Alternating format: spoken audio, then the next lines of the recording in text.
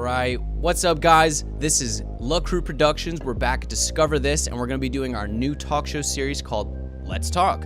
And today we're going to be talking about the Conjuring Universe. And for those of you who don't know, my name is Garrett Shearman. And I'm James Farris. And we're just going to dig right into it. So we want to talk about the Conjuring Universe.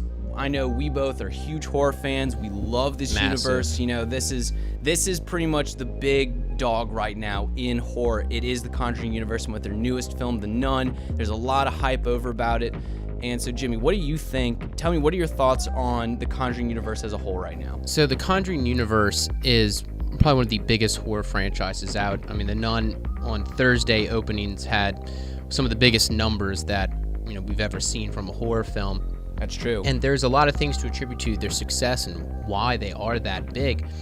And sticking to that focus about The Nun, what are those things that work? Why our audiences keep being driven back to it, and why do I love it so much?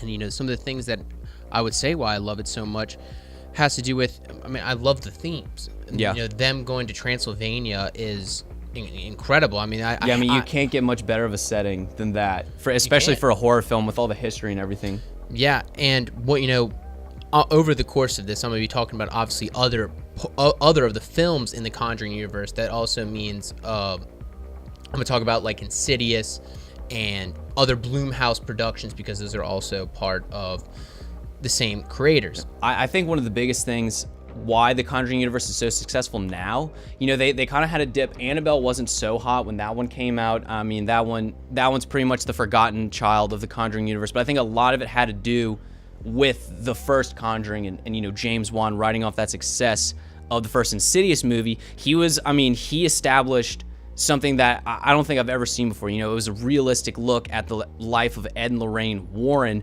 And when I saw the movie, I remember it was an instant classic. And I think that, building into that universe in the same way that, Marvel and Disney does, they built this whole incredible world of horror. And that's never been done before in horror. Universal is attempting to do that right now with their Dark Universe. It's not going so hot.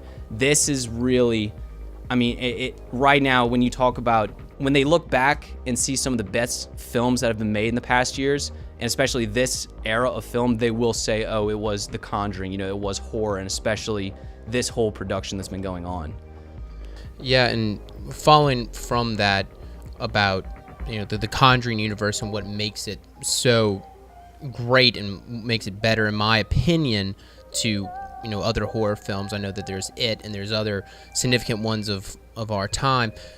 But sticking to the Conjuring universe, like I said, the way that they set the setting at a Transylvania castle, it has to do with monks, crusaders.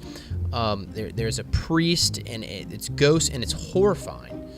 But what I love in horror films is them keeping to a classical element of horror that really started, years ago in the 1900s. Also started in Frankenstein and Dracula, for in literature with Mary Shelley's Frankenstein, and you start to see those romantic elements, Gothic romantic elements in those films. And when they start to implement them into those films, like having a scary castle, there's ghosts, and just plain horror of using fog, graveyards, those type of things. That's what I look for, and those are the type of critiques and checklists. Obviously, not every Conjuring movie was that good. I obviously didn't think The Conjuring 2 was that good. It was in an apartment. No, not an apartment. It was in like a little. It was just in this house in London. Yeah, it was in a townhouse in London, and I didn't think it was just that good. It wasn't that scary. Of course it was scary, but it didn't have those classical elements. No, but I think that's a big part of it. Even though it's James Wan, one of the things that he established as a director was this unique feel to all of his horror films. He does these camera movements, the way he sets the stage, the way he actually pulls off horror is unique, and I don't think has ever been done before. But I think you're right in saying that. The Conjuring 2 and like Annabelle, it's not good enough just to have those elements and have it and put it in a house, just a regular house in London or anything like that. But, you have neighbors and stuff like that. It takes you out. It takes you out of the element. But I think, like you were saying, having it like they did in The Nun, how they brought you to Transylvania in a remote abbey isolation, the graveyards and stuff like that, playing with, religious themes, making it even more realistic in that way. I think that all has to do with why, especially The Nun, I would probably say that was probably that was one of the best horror movies I think I've ever seen. Yeah, definitely. And, following that, why I think that universe is so pivotal as one of the best is because, they're not really using any gory things. That's true. I don't believe in using a lot of gore, a lot of blood.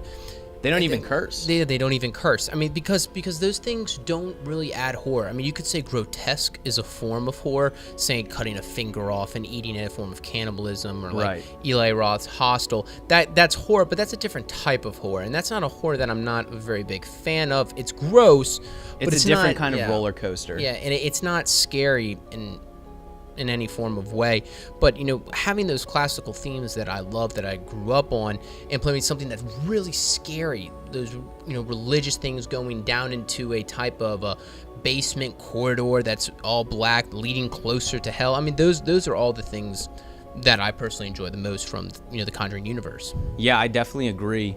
Even if you look at like Stanley Kubrick's The Shining, there was some cursing in that, but it was the whole thing. The horror built throughout the entire movie, and that movie didn't have any, it had blood and everything, with the raining curtain of blood in the elevator and all that stuff, but that's not the kind of like gore that you see in today's horror films. It's just completely unnecessary. It's the horror aspect is enough. It's like the horror of the situation, and they do have like the scary demons and everything like that, and they do have the jump scares, which I'm definitely not a fan of.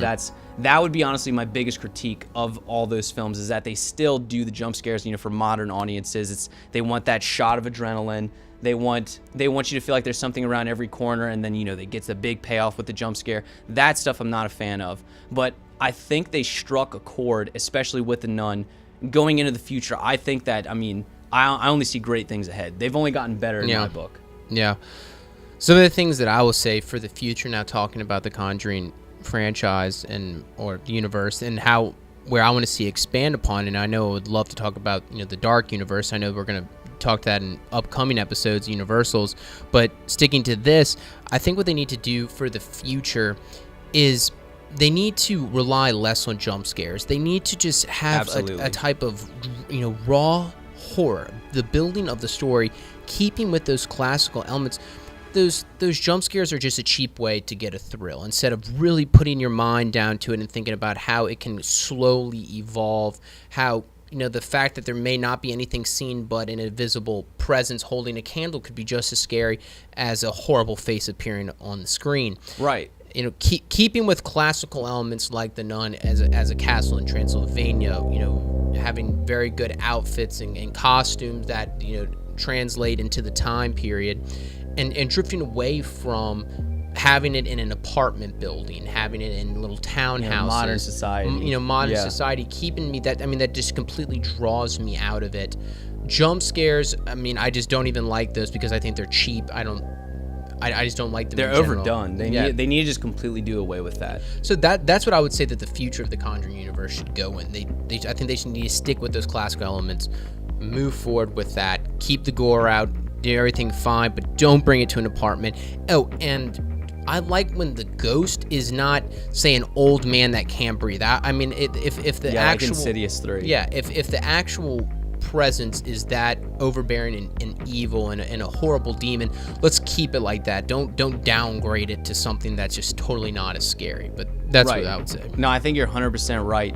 I'll keep going back to this because I think it's personally the best horror movie ever made. But of course, Stanley Kubrick, one of the greatest directors, if not the greatest director of all time, in his movie The Shining, there wasn't a single jump scare. He spent the entire film just building the horror, building the suspense, and then when it did pay off, it paid off in a completely different way. There wasn't a single pop up at you, kind of just in your face, bloody thing or anything like that. Like the whole horror built to where this man is going insane, and you don't believe him. Is something in here? Is it really? And then that moment comes where you start to hear the music and the ghosts come in. He's in the ballroom with the dancing and all that stuff.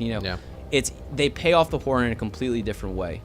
Do you have anything else you want to say about it? I think we covered most all topics. We're going to come out with many different episodes on this new Let's Talk series for Discover This. We want to cover all different aspects of film, covering action, horror James Bond comedy. versus Ethan Hunt. Yeah, and that's Mission Impossible. And we just want to cover all different topics because we love film, and we hope you enjoyed this. Yeah, and guys, let us know if you have any thoughts of what you want us to talk about, comparing different films, comparing different aspects of film, action, horror, those kind of things, even comedy if some of you are into that.